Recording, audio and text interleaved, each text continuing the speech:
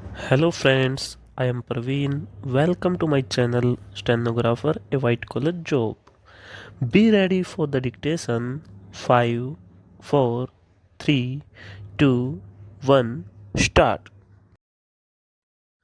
Here the learned counsel for the petitioner and the learned counsel for that respondent is the case the petitioner the apart from the fact that one disputed the tenability at the complaint filed before the court of the additional chief metropolitan magistrate, Sangrur, alleging an offence punishable under section 138 of Negotiable Instrument Act 1881, the petitioner would point out that the petitioner is a resident of Chandigarh and that he had borrowed a loan from the respondent.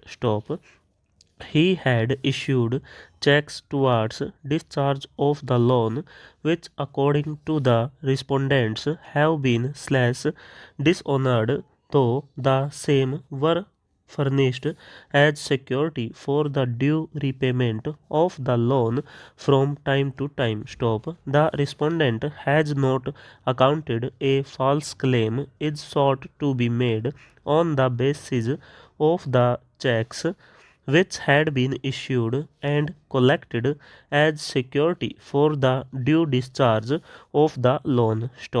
The writ appeal being filed by the respondent Union of India by impugned order. The learned single judge allowed the writ petition filed by the petitioner and while quashing one memorandum also quashed the charge sheet issued to the petitioner, followed by the decision taken by the appellant, hold the departmental inquiry into the said charges framed in the impugned charge sheet against the petitioner. So the question which arises for consideration in this court appeal filed by the defense ministry is whether learned single judge was justified in allowing the petition and in consequences was justified in question the memorandum, the charge sheet, and the decision taken to hold the departmental inquiry into the charges contained in the said charge sheet against the petitioner. Next para. The appellate court, under by order, though dismissed the appeal with liberty granted to the Union of India to proceed against the petitioner in accordance with law by following principles of natural justice. It would be clear from the observations made in its concluding para, which read as above.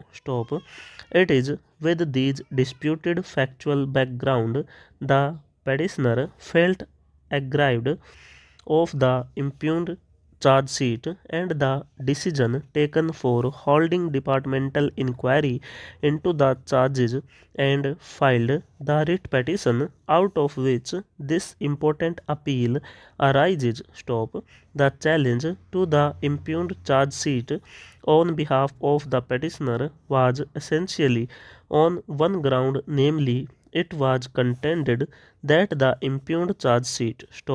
It is under these circumstances that the present batch of appeals preferred by the board is